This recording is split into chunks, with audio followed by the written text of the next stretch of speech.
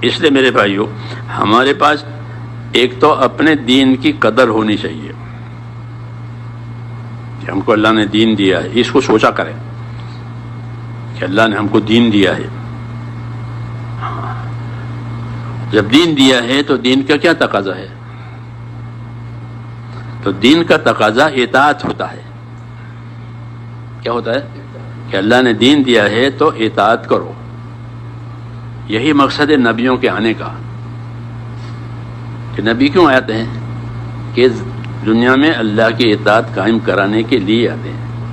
وما ارسلنا من رسول الا لیطاع باذن اللہ، کہ جب کبھی کوئی رسول زمین پر آیا ہے تو وہ اس لیے آیا ہے تاکہ اللہ کی اطاعت قائم کرے، اور کوئی مقصد رسول کا نہیں ہوتا اپنی حکومت کرنی ہوتی ہے، اپنی تجارت کچھ نہیں، اللہ کی اطاعت اللہ کے بندوں میں آ جاوے۔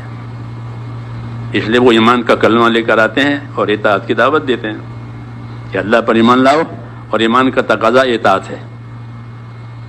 ایمان کا کیا تقاضا ہے؟ کہ اللہ پر ایمان لائے ہیں، یعنی اللہ کی اطاعت کریں گے، اپنی جان مال کو امانت سمجھیں گے۔ اطاعت کا مطلب یہ ہے کہ جو طاقتیں، جو صلاحیتیں اللہ تعالیٰ نے ہم کو دی ہے، وہ کیا ہے؟ کہ وہ اللہ کی امانتیں بھی ہیں، اللہ کی نعمت بھی ہے، دونوں ہیں۔ نعمت بھی ہے اور امانت بھی ہے، کہ اللہ نے مال دیا ہے کہ مال نعمت بھی ہے اور مال امانت بھی ہے۔ جب مولانا پڑھے نہیں جو مولانا تھانوی کا ملفوظ کہ مال، کہ مال، حضور فرماتے ہیں مال، کہ مال زندگی کا بہت بڑا سہارا ہے۔ نعمت ہے مال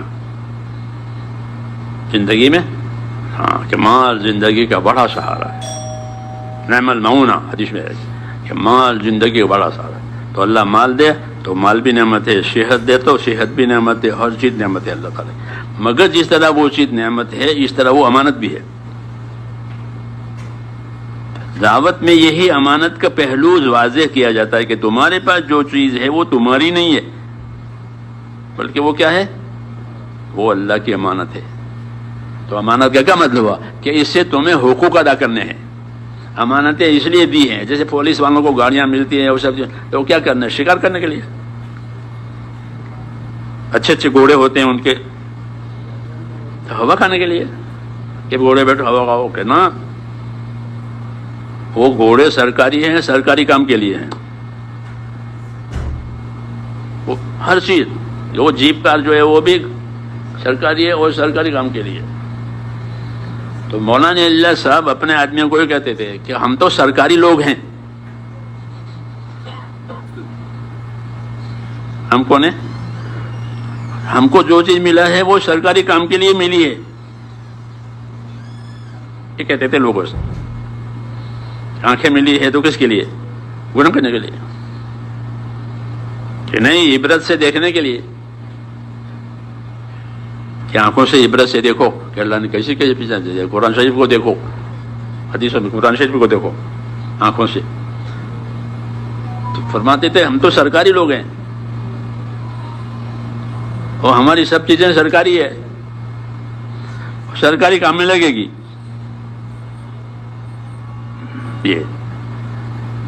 یہی ایمان اطاعت کا مطلب ہے کہ ہم کو جو چیز دی گئی ہے وہ سب ایمان اطاعت کے لیے دی گئی ہے، بس تاکہ اللہ تعالیٰ کا حق ادا ہو جاوے، کہ دنیا کو دارالحقوق بنایا ہے۔ اس میں سب سے پہلا حق کس کا ہے؟ کہ سب سے پہلا حق اللہ کا، وہ عبادت ہے۔ اللہ کا حق، کہ اللہ کا حق عبادت، پہلا حق۔ یہ حضور نے بتایا کہ معاذ آپ کو معلوم ہے اللہ کا کیا حق ہے؟ کہ نہ، مجھے نہیں معلوم ہے۔ کہ اللہ کا حق یہ ہے کہ اسی کی عبادت کی جائے۔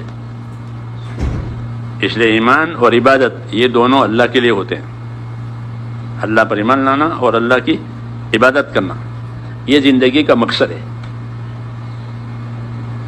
یہ زندگی کا مقصد ہے کہ میں نے جناتوں کو، انسانوں کو کس کے لیے پیدا کیا ہے؟ عبادت میں۔ تو ایمان عبادت تو زندگی کا اصلی مقصد ہے، یہی اصل ہے کہ زندگی اللہ کے یقین والی، اللہ کے خوف والی اور اللہ کی عبادت والی بنے۔ یہ اصل کام ہے۔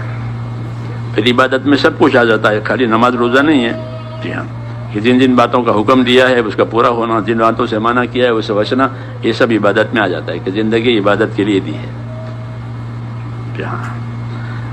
تو جب ہماری زندگی اللہ تعالیٰ کی عبادت کے ساتھ ہوگی تو اللہ تعالیٰ ہمارے حالات کو صحیح کریں گے۔ حالات کے صحیح ہونے کا ایک ہی راستہ ہے، دوسرا راستہ نہیں ہے۔ حدیثوں میں ہے، حدیثوں میں یوں ہے کہ من اصلح ما بینہ و بین اللہ اصلح اللہ ما بینہ و بین خلقہ، کہ جو لوگ اپنا اور خدا کا معاملہ ٹھیک کر لیں گے تو اللہ ان کا اور مخلوق والا معاملہ ٹھیک کر دے گا۔ کتنی آسان بات ہے۔ حالات کے صحیح کرنے کا علاج بتایا کہ جو لوگ اپنا اور خدا کا معاملہ ٹھیک کر لیں گے تو پھر اللہ ان کا اور مخلوق والا معاملہ ٹھیک کر دے گا۔ ایک ہی راستہ۔ مولانا یوسف صاحب فرماتے تھے کہ اگر یہ بات 50% صحیح ہوئی تو 50% کامیابی ملے گی، اور 100% ہوئی تو پھر 100% کامیابی ملے گی۔ کہ مسلمانوں نے 100% اس کو پورا کر دیا، جو اللہ چاہتے تھے وہ کہ ان کی 100% کامیابی ہو جائے گی، اور 50% کی ہے تو پھر 50% باقی رہے گی۔ یہ قاعدہ ہے کہ جو لوگ اپنا اور خدا کا معاملہ ٹھیک کر لیں گے تو اللہ ان کا اور مخلوق والا معاملہ اللہ ٹھیک کر دے گا۔ تو یہ بالکل آسان راستہ ہے۔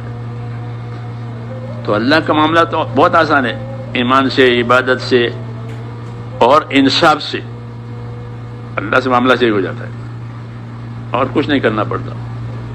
کہ ایمان کے ساتھ رہو، عبادت کے ساتھ رہو اور انصاف کے ساتھ رہو۔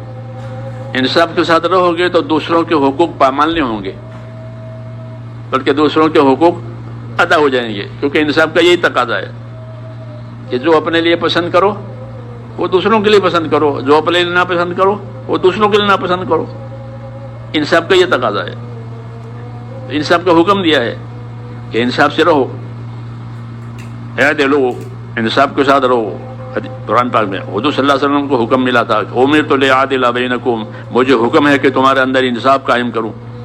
تو انصاف سے رہنا، انصاف قائم کرنا، یہ بھی ہمارا کام ہے تاکہ کسی کا حق برباد نہ ہو۔ یہ ترتیب ہے، کام کی یہی غرض ہے کہ اللہ تعالیٰ کے حقوق بھی ادا ہو جائیں، اللہ کے بندوں کے حقوق بھی ادا ہو جائیں۔ ہاں، یہ مقصد ہے دعوت کا۔ تو اس کا تقاضا یہ ہے کہ دین کو سیکھیں اور دین کے کاموں کو بھی سیکھیں، سنا سنی پر نہ رہے، اس کو سیکھو۔ سیکھنے کی چیز سیکھنے ہے، یاد کرنے کی چیز یاد کرنے کی ہے، بتانے کی چیز بتانے کی ہے، تب تو کام بنے گا، نہیں تو رواج بنے گا۔ جی ہاں، ایک ہی کام کرے تو رواج بنے۔ جی ہاں، یہ رواج نہیں بنانا ہے، عمل بنانا ہے۔ ہاں، اور عمل کے لیے طریقے ہوتے ہیں۔ عمل کے لیے کیا ہوتے ہیں؟ جیسے رکوع کرنے کا طریقہ، سجدہ کرنے کا طریقہ، ہاتھ باندھنے کا طریقہ، کیونکہ عمل ہے نماز کے۔ جو چیز عمل ہوتی ہے اس کے طریقے ہوتے ہیں، جو چیز رواج ہوتی ہے اس کا کوئی طریقہ نہیں، جو چل پڑا وہ ٹھیک۔ تو عمل کے طریقے ہوتے ہیں، تو ہم عمل کے پابند ہیں، اس لیے عمل کے طریقے جاننا ضروری ہے۔